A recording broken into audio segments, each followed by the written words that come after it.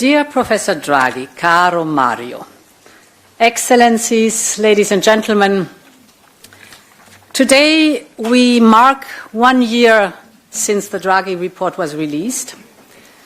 But let me go back for a moment to 2 years ago, when I first called you, Mario, to propose that you embark on this new mission.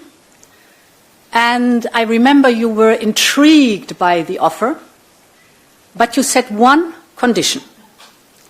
You said this new report had to make a real difference. And you said you were not interested in writing, I quote you, another academic paper. You wanted a roadmap for action. And that was exactly what we are looking for. You and your team invested a full year to dig into Europe's strengths, into Europe's shortcomings, and how we could address them.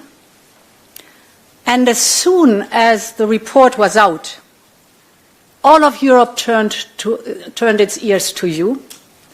So first of all, I want to thank you, dear Mario, for your rigor, for your vision, and for your service to Europe. Grazie, Mario.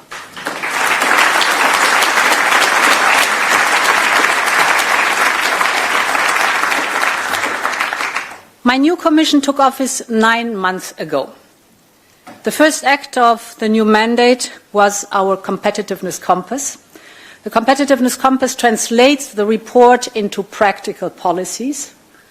And then we hit the ground running with the Clean Industrial Deal, AI gigafactories, the new state aid framework, the Affordable Energy Plan, the Savings and Investment Union, tailor-made action plans for sectoral industries like the car industry, steel and chemicals, the greatest surge in defense investment in our history, new proposals on the single market, the Scale-up and Startup Fund and Quantum, and 6 simplification packages on their way. This is the urgency mindset we promised.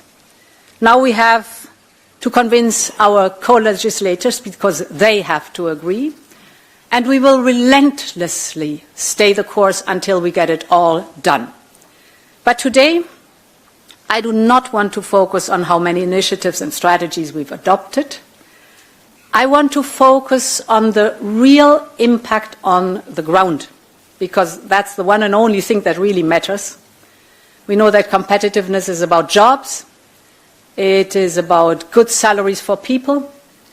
It is about good profits for companies. It's basically about our European way of life.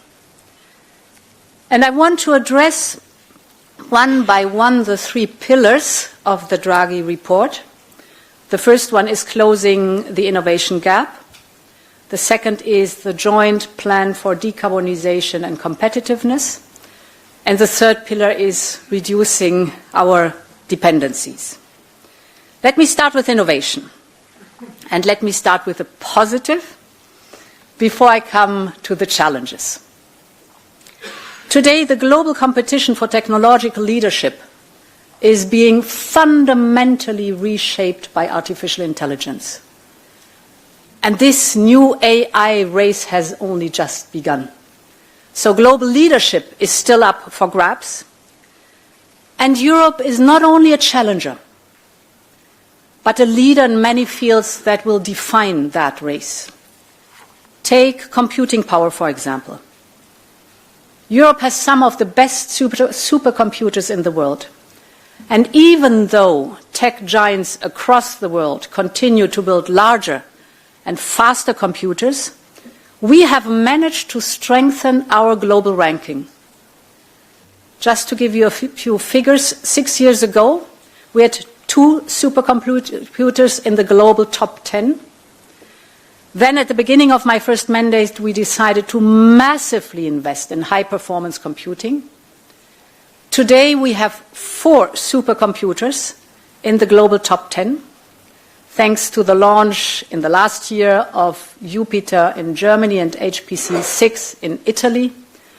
So our policies and investments in this field are starting to pay off. My second point is that Europe is well positioned in the world of AI adoption. We have started using AI to boost productivity, and I mention that because this is precisely where Europe had failed 30 years ago, when our companies were too slow to digitalize and to go online. This time, Europe is not playing catch-up. We are among the front runners. European companies are top of the league on many AI applications.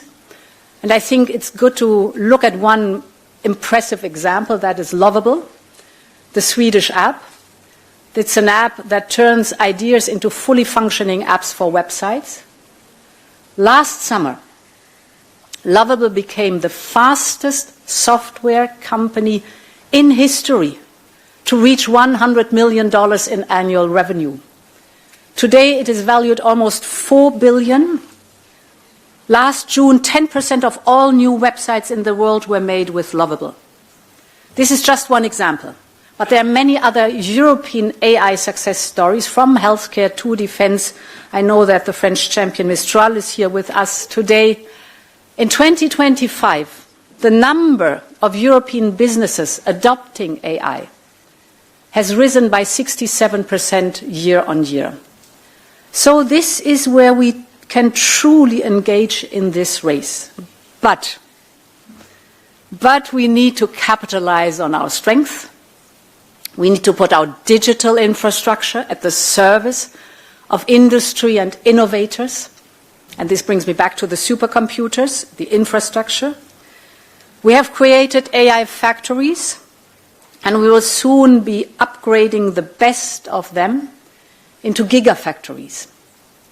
And the aim is that our amazing innovative startups can access this computing power and can test and train their models, especially thinking about sectorial applications. And the response of the private sector in Europe has been impressive. Our initial goal was to mobilize around about 20 billion euros in investment to develop the gigafactories. We received 230 billion euros in proposals from the private sector. And later today, during this conference, we will sign the first pilot projects. Of course, the rest of the world is racing too.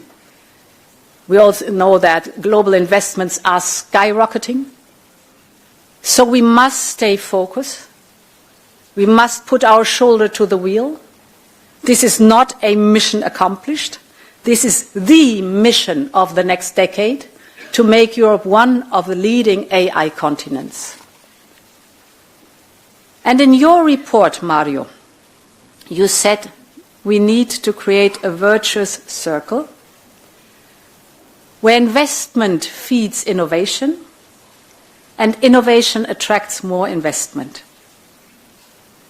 And this is the core idea behind our new competitiveness fund. It will be the centerpiece of the next European budget, with a proposed firepower of over 400 billion euros. That includes a rise of twice more money for research, the 170 billion we have prepared for Horizon Europe, 5 times more money than today for digital, 6 times more for clean tech. I think this is an investment to boost our industry that Europe needs now, and we are here to convince now European Parliament and the European Council of the value of this investment. Now, coming to the challenges. Of course, I know how many obstacles still remain. Take an AI startup from Portugal or from Romania. They must be able to grow seamlessly across our continent, but we know that this is not the case. Our single market is far from being completed. You know the famous number that the IMF has calculated. The internal barriers within the single market are an equivalent of 45% tariffs on goods, and if it comes to services, 110% tariffs on services if we look at the effect these internal barriers have on our single market. This cannot be. It should not be easier to find a fortune across an ocean than across a European border. And we have started to address these barriers. We have addressed them with the so-called Terrible 10, with our single market strategy. But now we must deliver with a matter of urgency, and this is why we have announced a single market roadmap to 2028. The aim is here to increase the pace and to speed up the processes. And this roadmap will connect our work on capital markets, on services, on energy, on telecoms, on the fifth freedom for knowledge and innovation, as well as the 28th regime for the innovative companies, with concrete timelines, deadlines, goals to reach. Because we all know only what gets measured gets done. Ladies and gentlemen, the second pillar of the Draghi report is a joint plan for decarbonization and competitiveness. That starts with bringing down energy costs. We know the core reason why we pay higher bills than our competitors. Europe is too dependent on imported fossil fuels. And this means that the cost of our energy is dictated by global markets. But we also know the solution. And this is homegrown energy, renewables with nuclear as a base load. That gives us energy security. That gives us independence as it is homegrown, and actually it creates good jobs in Europe. And in the last year alone, we have achieved impressive progress. First, we launched a wind package that is cutting permitting times by 2/3. In the first half of 2025, investment in Europe, in European wind energy, hit an all-time high, more than 40 billion euros. So investors are choosing Europe. And another good news, by now over 70% of our electricity comes from low-carbon sources.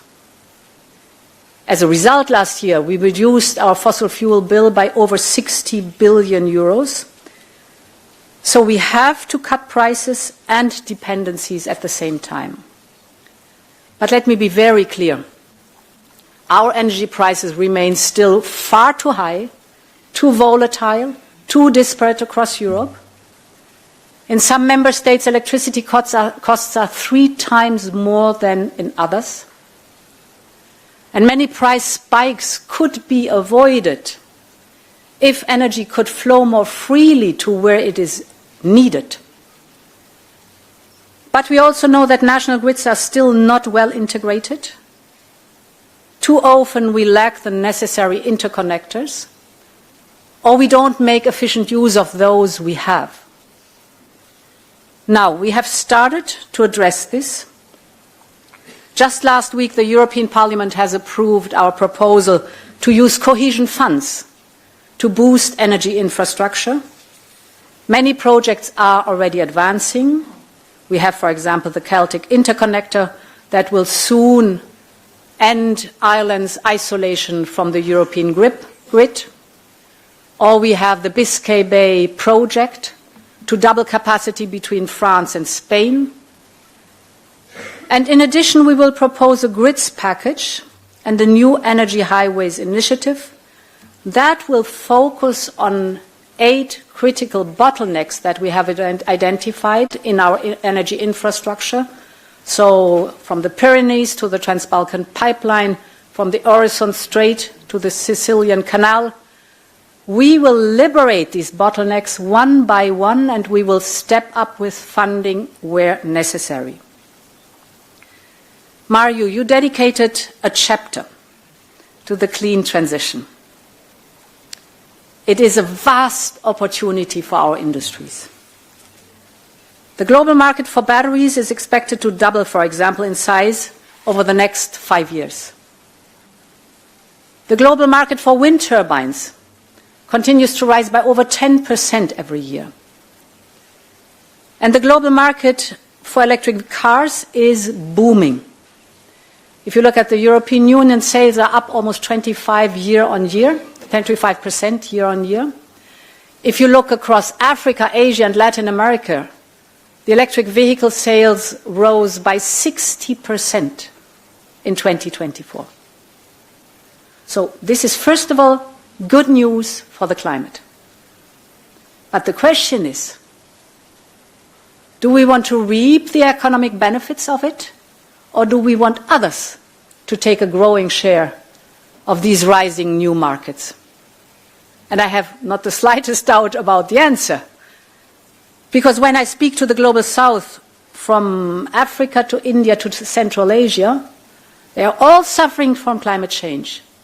They are all looking for solutions. And Europe can be home to front-runner industries that can export exactly these solutions to others. So we should be the industrial powerhouse that meets this growing demand for clean tech. We know that this is not a given. We know that the figures are not as encouraging as in other sectors. Too often we are losing jobs and market share to non-market economies. But we can still turn the tide.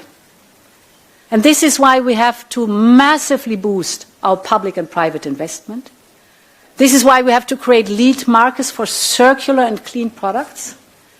And this is why we have to secure level playing fields for our industries. Europe must protect its industries. They are front runners in the race to decarbonize. They are doing the right thing.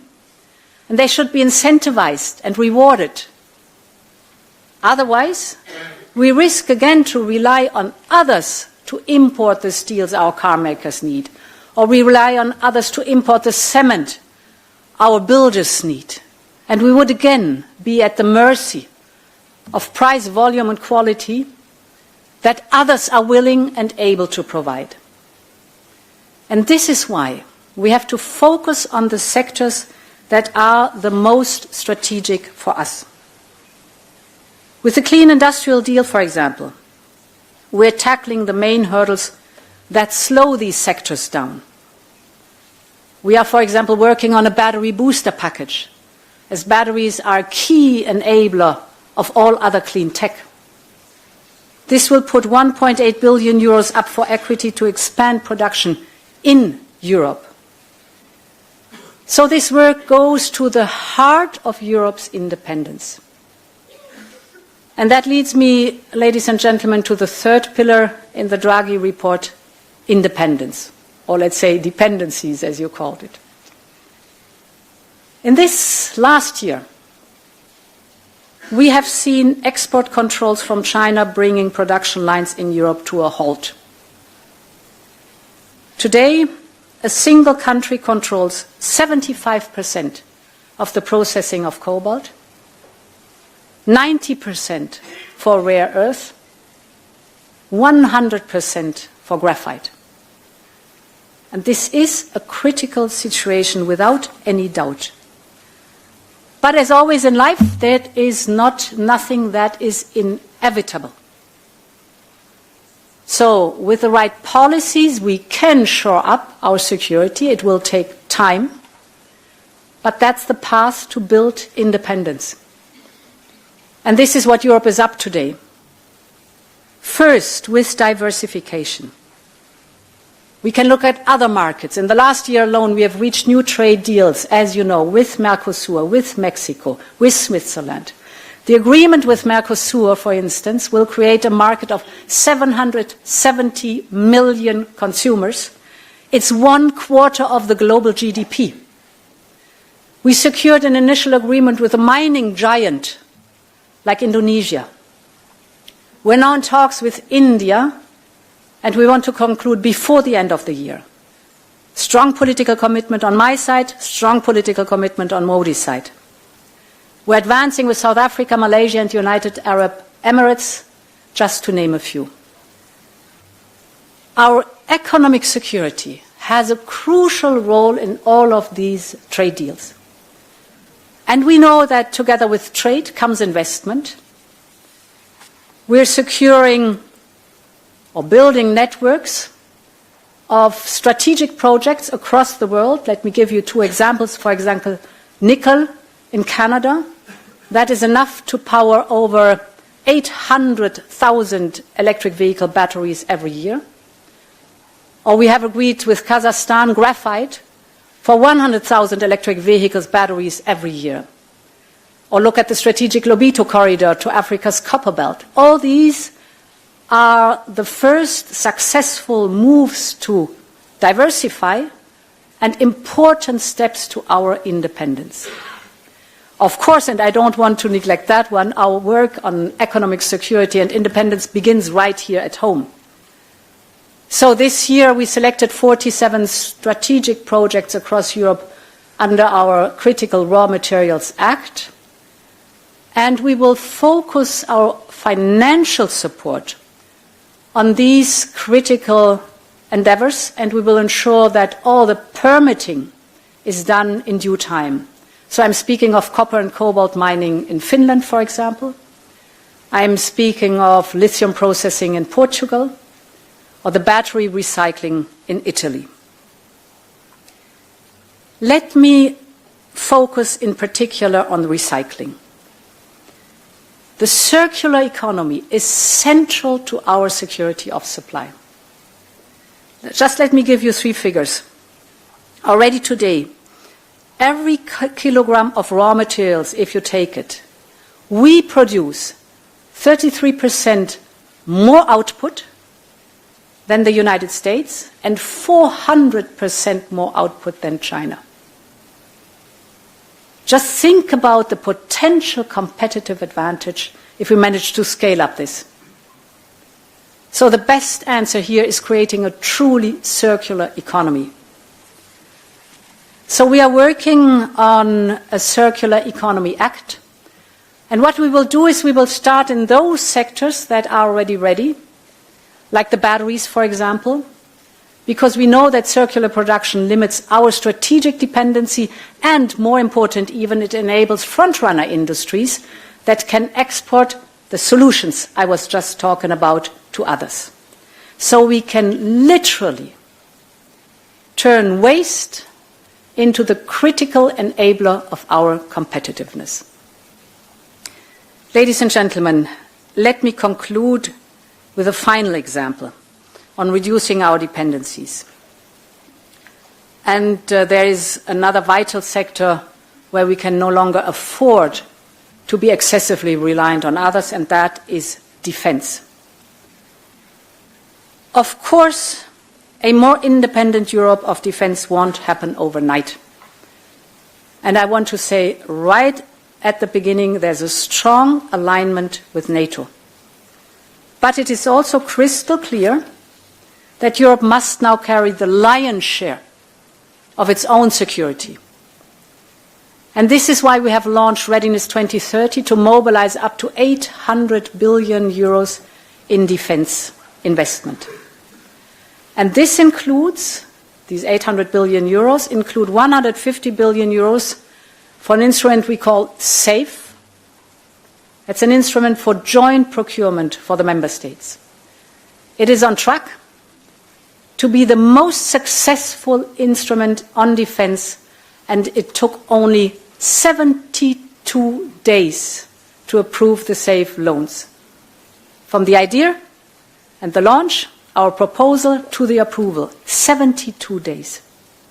And in less than 6 months, we have already assigned the total amount of 150 billion euros in loans.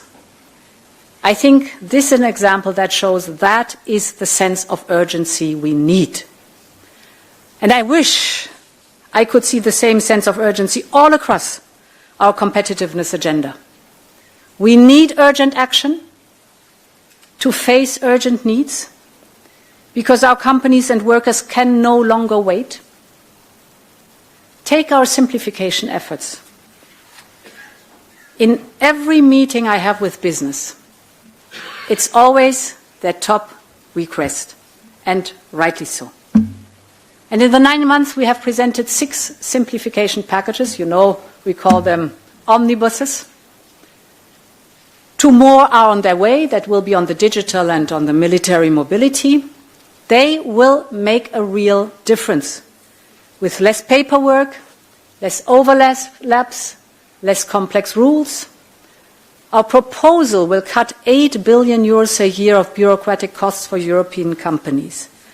But it has already been a long time since the omnibuses hit the road. Now they need to reach their destination. They need an urgent approval by the co-legislators. And the same goes for many other proposals. From the Savings and Investment Union to several trade agreements. Of course, we also in the Commission have to do our homework. Just to mention one example, that is competition policy. We have discussed an overhaul of the competition policy for a while. So the direction of travel is clear. And that's why we will have to advance the publication of the merger guidelines. I think it's now time to deliver.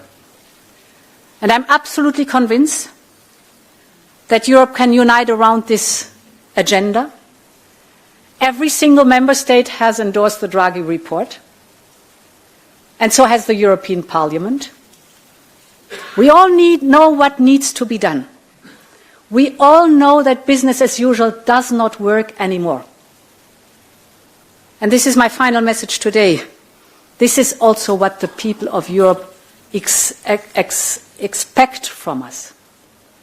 They expect our democracy to decide, to act, and to deliver. And I know that Europe can make it, because we have already shown what is possible. We can move mountains when we have the ambition, the unity, and the urgency. It's our choice, so let us make that choice again for prosperity, for independence, and in general for Europe. Thank you very much, and long live Europe.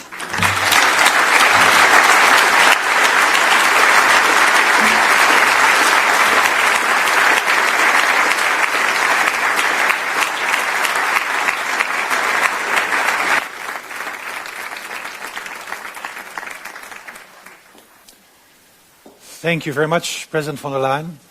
May I now ask Professor Draghi to join us on the stand. Thank you.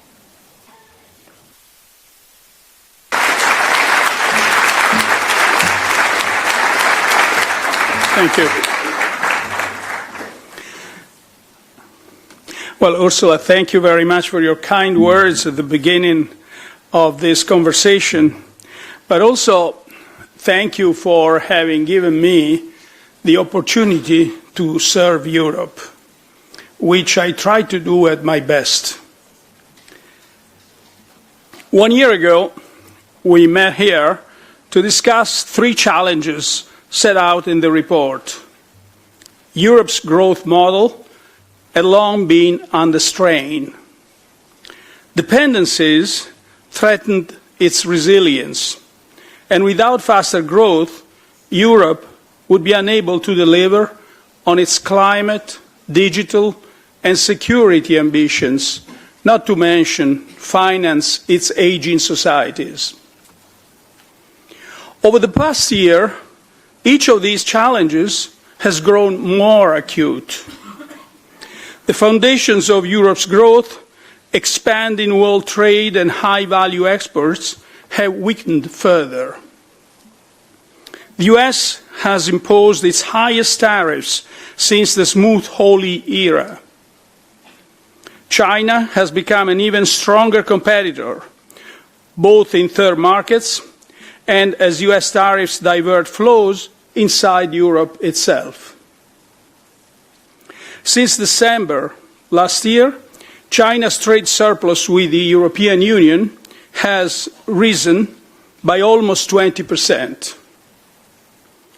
We've also seen how Europe's ability to respond is limited by its dependencies, even when our economic weight is and remains considerable. Reliance on the US for defense was quoted as one of the reasons we had to accept a trade deal largely on American terms. Dependence on Chinese critical materials has curtailed our ability to prevent China's overcapacity from flooding Europe or to counter its support for Russia. Europe has begun to respond. Since the US absorbs around 3/4 of the global current account deficit, diversifying away from its market is unrealistic in the short term. But, for example, the Mercosur deal with Latin America can offer relief for exporters. The Commission has launched strategic projects for critical raw materials, and defence spending is rising sharply. These defence commitments, however, add to already vast financing needs. The ECB now puts annual investment requirements for 25-31 at nearly 1.2 trillion, up from 800 billion a year ago. The public share has almost doubled, from 24% to 43%, an extra $500 billion a year, as defence is mainly publicly funded. Fiscal space is scarce, and without this new spending, EU public debt is set to rise 10 percentage points over the next decade, reaching 93% of GDP on growth assumptions that are more optimistic than what it is at the present day. 1 year on, Europe is therefore in a harder place. Our growth model is fading, vulnerabilities are mounting, and there is no clear path to finance the investments we need. And we've been reminded painfully that inaction threatens not only our competitiveness, but also our sovereignty. The report set out 3 priorities for Europe: closing the innovation gap in advanced technologies, charting a decarbonization path that supports growth, and strengthening economic security. As President von der Leyen has underlined, these are also at the heart of the Commission's agenda, and I welcome her decision to place competitiveness at the centre, and the programme is ambitious. Europe's citizens and companies value the diagnosis, the clear priorities, and the action plans. But they also express growing frustration.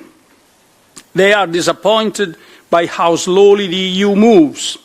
They see us failing to match the speed of change elsewhere. They are ready to act, but fear governments have not grasped the gravity of the moment. Too often, excuses are made for our slowness. We say it's simply how the EU is built, that a complex process with many actors must be respected. Sometimes, inertia is even presented as respect for the rule of law. I think that's complacency. Competitors in US and China are far less constrained, even when acting within the law. To carry on as usual is to resign ourselves to falling behind. A different path demands new speed, scale, and intensity. It means acting together, not fragmenting our efforts. It means focusing resources where impact is greatest. And it means delivering results within months, not years. Start with technology. AI is often called a transformational technology, like electricity 140 years ago.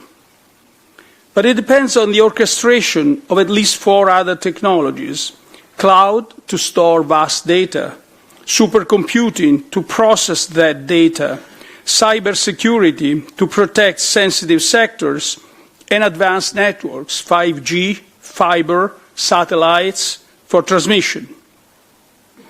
In some of these areas, Europe shows progress. Plans are underway for at least 5 AI gigafactories each with more than 100,000 advanced GPUs. Data center capacity is set to triple over the next 7 years. A major telecom reform is expected by year-end. ASML's recent investment in Mistral is a promising signal for domestic AI ecosystem. Adoption is rising too. As the President just reminded us, the EIB finds European firms are taking up advanced technologies at the pace close to US peers, though from a lower base. But the gaps are stark. On the AI frontier, the US produced 40 large foundation models last year, China 15, the EU just 3. Among SMEs, AI adoption is still low, ranging from 13 to 21%, and in the most strategic field, AI built on European intellectual property to anchor our core industry, progress is minimal. There are 3 areas where more ambition is needed. First, as the President has remarked before, removing barriers to scaling up new technologies.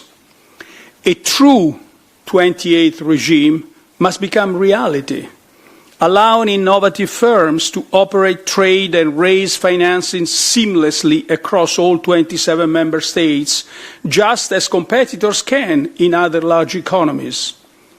This is especially important to give young Europeans a chance in their continent. They want to stay here. They don't want to go elsewhere to have success.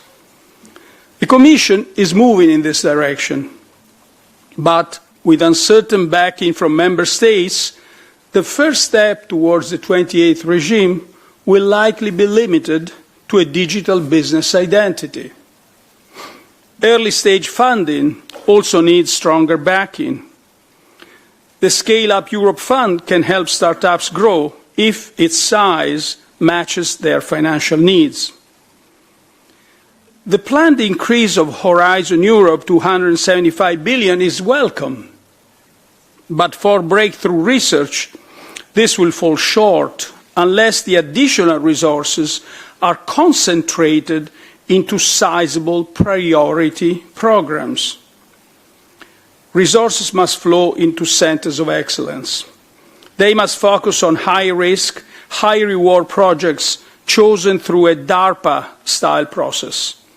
They must be reinforced by strong industry linkages to academic institutions to turn research into real applications. Implementation must rest with expert project managers, not bureaucrats. And Europe should be capable of making direct investments in a few large strategic deep tech initiatives. The second area is regulation. Across European companies, one of the clearest demands is for a radical simplification of GDPR. Not just the primary law, but also the heavy gold plating by member states. Training AI models requires vast amounts of public web data. Yet, legal uncertainty over its use creates costly delays, slowing deployment in Europe. Research backs this up. GDPR has raised the cost of data by about 20% for EU firms compared with US peers. Yet the only change on the table so far is an easing of record keeping and extending SMEs' derogations to meet caps. Broader reform towards simpler, harmonized rules is still vague. The AI Act is another source of uncertainty. The first rules, which included the ban on unacceptable risk systems, landed without major complications. Codes of practice signed by most major developers, together with the Commission's August guidelines, have clarified responsibilities. But the next stage covering high-risk AI systems in areas like critical infrastructure and health must be proportionate and support innovation and development. In my view, implementation of this stage should be paused until we better understand the drawbacks. More broadly, enforcement should rest on ex-post assessment, judging models by their real-world capabilities and demonstrated risks. The third area is the vertical integration of AI into industry. Sectoral AI applications are even more critical than raw supercomputing power. Here Europe has a real advantage. Its firms hold more than half the global market in industrial automation solutions, a cornerstone of industrial AI. Yet only around 10% of manufacturing firms used AI last year.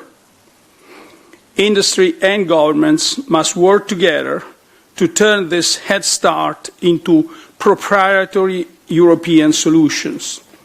The Commission's Apply AI strategy this autumn will be a key test. Natural gas prices in the EU are still nearly 4 times higher than in the United States. Industrial power prices are on average more than double. Unless this gap narrows, the transition to high-tech economy will stall.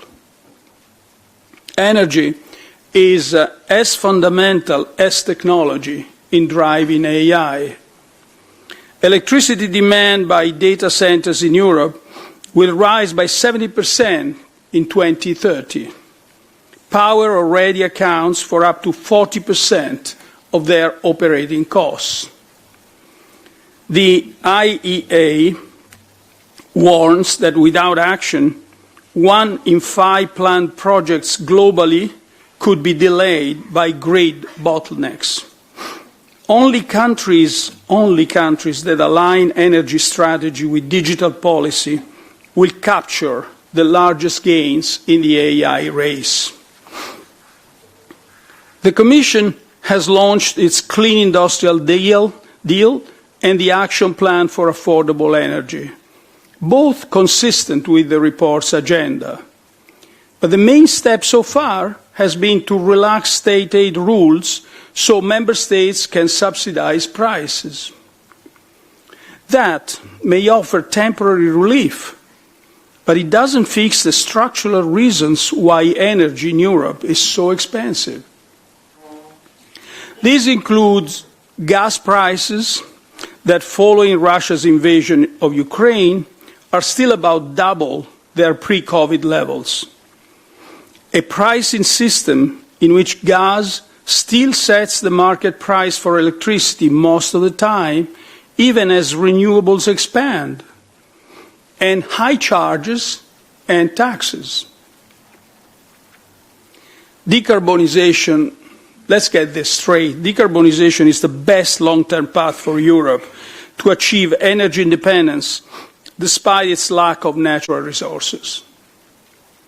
But it requires much faster investment to make a renewables-heavy system work in grids, interconnectors, and clean base load generation, such as nuclear. Today, half of the cross-border capacity needed by 2030 has no investment plan. Even approved projects take more than 10 years, with half time lost to permitting. The grid package due at the end of this year and the proposed budget increase for cross-border links are a step forward. But the current system, national coordination of permits and financing, is not fit for a European energy market. Cross-border projects need EU-level planning and execution. At the same time, we must be realistic. These measures will not cut energy prices quickly. That is why we must act on the levers that can deliver faster relief. 2 stand out: improving the functioning of gas markets and loosening the grip of gas on electricity prices. Europe is already the world's largest buyer of US LNG and has committed to purchase up to $750 billion in US energy products. Whatever the conditions of that deal, it should be treated as a chance to reorganize how we purchase gas. Since March, LNG landed in Europe has cost from 60 to 90% more than the same gas would cost in the United States, even after accounting for logistics and regasification. Collective EU purchasing, as first proposed by the Commission after Russia's invasion, could certainly narrow this gap by strengthening our bargaining power, reducing intermediaries' margins, and shielding us from volatile spot markets. In parallel, Europe must deliver on the work of Gas Market Task Force and bring more transparency to energy trading. Profits for the 4 largest global traders quadrupled between 20 and 22. Joint supervision and a stronger rule book are overdue. We must then decouple the remuneration of renewables and nuclear from fossil generation by expanding contracted energy, meaning purchasing power agreements and two-way contracts for difference. Some useful initiatives are underway, such as the EIB's pilot PPA, Purchasing Power Agreement, guarantee. But far more decisive action is needed. Long-term contracts must be extended to all renewables and nuclear assets, new as it is today, but also existing alike. The current mechanism for setting prices simply awards huge rents to many vested interests. As we press ahead with decarbonisation, the transition must also be flexible and pragmatic. The Commission has eased some of the most onerous reporting requirements through its omnibus on sustainability. But in some sectors, such as automotives, targets rest on assumptions that no longer hold. The 2035 deadline for zero tailpipe emissions was meant to trigger a virtuous circle. Firm targets would drive investment in charging infrastructure, grow the home market, spur innovation in Europe, and make EV models, electric vehicles models, cheaper. Adjacent industries, batteries, chips, were expected to develop alongside, supported by targeted industrial policy. But this hasn't happened. Charging point installation must accelerate 3- to 4-fold in the next 5 years to reach adequate coverage. The EV market has grown more slowly than expected. European innovation has lagged, models remain expensive, and supply chain is fragmented. In fact, the European car fleet of 250 million vehicles is aging, and CO2 emissions have barely fallen in recent years. As suggested in the report, the upcoming review of the CO2 emissions regulation should follow a technological neutral approach and take stock of market and technological developments. We also need a joint-up approach to the ramp-up of EVs, covering supply chains, infrastructure needs, and the potential of carbon-neutral fuels. In the coming months, the automotive sector will test Europe's ability to align regulation, infrastructure, and supply chain development into a coherent strategy for an industry, let's not forget, that employs more than 13 million people across the value chain. The report called for using industrial policy actively, to cut dependencies and guard against state-sponsored competition. At the time, concerns were raised about economic nationalism, protectionism, and the risk that Europe might abandon global rules. But the past year has shown clearly that we are operating in a different world. The line between economy and security is increasingly blurred. States are using every tool at their disposal to advance their interests. So far, Europe's response has fallen into two traps: uncoordinated national efforts or blind faith that market force will build new sectors. The first can never deliver scale. The second is impossible when others distort markets and tilt the level playing field. Instead, we must build the capacity to defend ourselves and withstand pressure at key choke points: defense, heavy industry, and the technologies that will shape the future. Three levers can give us the scale and intensity we need. The first is a new approach to coordinating state aid. In practice, state aid often acts as protectionism, locking activity within borders instead of building European industries that are globally competitive. IMF research shows that aid in one country often comes at the expense of growth in its neighbours. Europe does have coordination tools, such as important projects of common European interest, which can focus support and reduce these spillovers. Yet, in 2023, EU countries spent nearly 190 billion euros on state aid, 5 times more than has been allocated to IPCI since 2018. Used strategically, IPCIs could help Europe achieve scale in sectors like innovative nuclear technologies, such as small modular reactors, or in the automotive supply chain for affordable zero and low-emission vehicles. The Commission is taking measures to make such projects more attractive and accessible. But the EPCI model is still essentially national in design and funding, and this creates an inherent ceiling compared to our competitors. Take Europe's semiconductor IPCI approved in 2023. It mobilised 80 billion euros of public funding spread across 14 member states, 68 projects and 56 companies.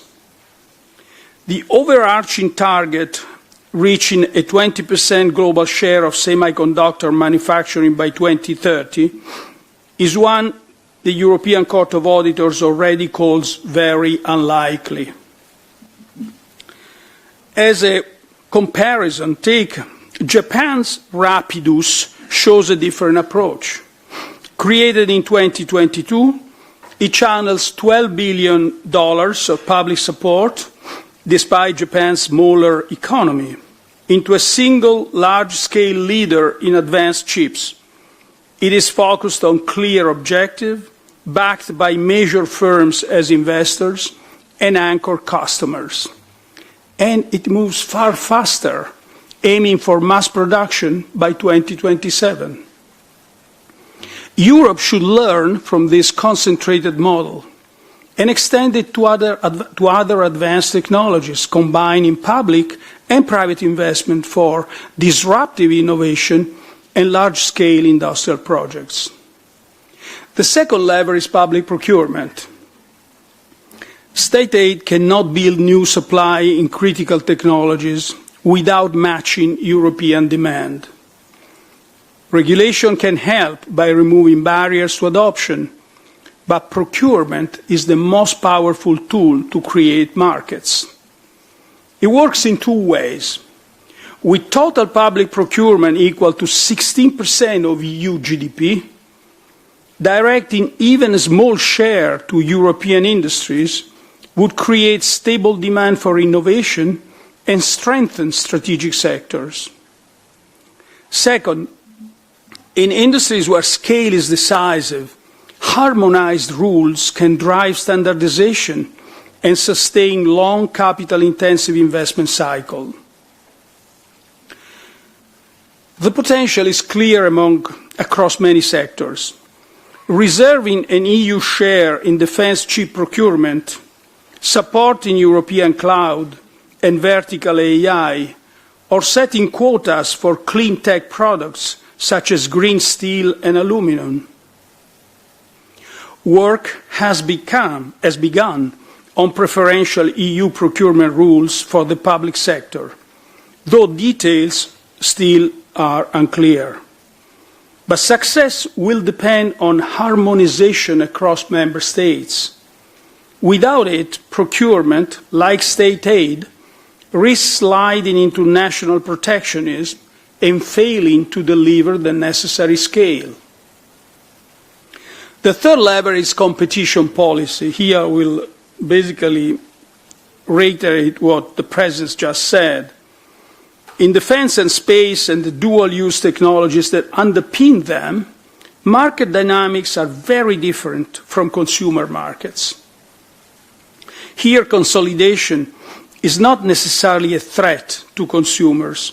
It can be a way to cut duplicated R&D, lower costs, accelerate innovation, and focus procurement budgets. Competitors in US and Asia benefit not only from state support and vast procurement markets, but also from consolidation in these sectors. Yet, Europe remains split between multiple national champions and overlapping industrial bases. Europe should be able to protect competition while still promoting consolidation and innovation. A review of merger guidelines is underway, but industry can't wait until 2027. By the way, this deadline is actually consistent with the procedure that was chosen originally. Resilience and innovation must be built into competition policy now. At a minimum, a fast-track process should be established immediately. The next question is, how do we increase speed? In some areas, the EU can do more with the powers it already has. Regulation is where the Union can act fastest and most decisively. Europe has long styled itself as a regulatory power. It must now prove it can adapt to a fast-changing technological landscape. In other areas, deeper reform is needed, of competences, decision-making and financing. Ultimately, in some crucial areas, Europe must act less like a confederation and more like a federation. But such reform will take time we may not have. In the meantime, progress may depend on coalitions of the willing, using mechanisms such as enhanced cooperation. Even without treaty change, Europe could already go much further by concentrating projects and pooling resources. If we succeed in focusing our efforts in this way, the logical next step is to consider common debt for common projects, whether at EU level or among a coalition of member states, to amplify the benefits of coordination. Joint issuance would not magically expand fiscal space, but it would allow Europe to finance larger projects in areas that lift productivity, breakthrough innovation, scale technologies, defence R&D, or energy grids, where fragmented national spending can no longer deliver. By raising output faster than interest costs, such projects will gradually restore fiscal space and make broader investment needs easier to finance. The report estimated that even a modest 2% increase in total factor productivity over a decade could cut public finance burden by 1/3. And if we lower barriers in the single market and let firms scale faster, we will also accelerate the growth of European capital markets. These can help finance the private share of investment needs. In substance, the more we push reforms, and this is a point I made several times, the more we push reforms, the more private capital will step up and the less public money we will need. Of course, this path will break long-standing taboos, but the rest of the world has already broken theirs. For Europe's survival, we must do what has not been done before and refuse to be held back by self-imposed limits. Most importantly, we must move beyond broad strategies and backloaded timelines. We need concrete dates and deliverables, and to be held accountable for them. Deadlines should be ambitious enough to demand real focus and collective effort. This was the formula behind Europe's most successful projects, the single market and the euro. Both advanced through clear phases, firm milestones, and sustained political commitment. And I will conclude on the same lines as Ursula a moment ago. Europe's citizens are asking that their leaders raise their eyes from their daily concerns towards their common European destiny and grasp the scale of the challenge. Only unity of intent and urgency of response will show that they are ready to meet extraordinary times with extraordinary action. Thank you.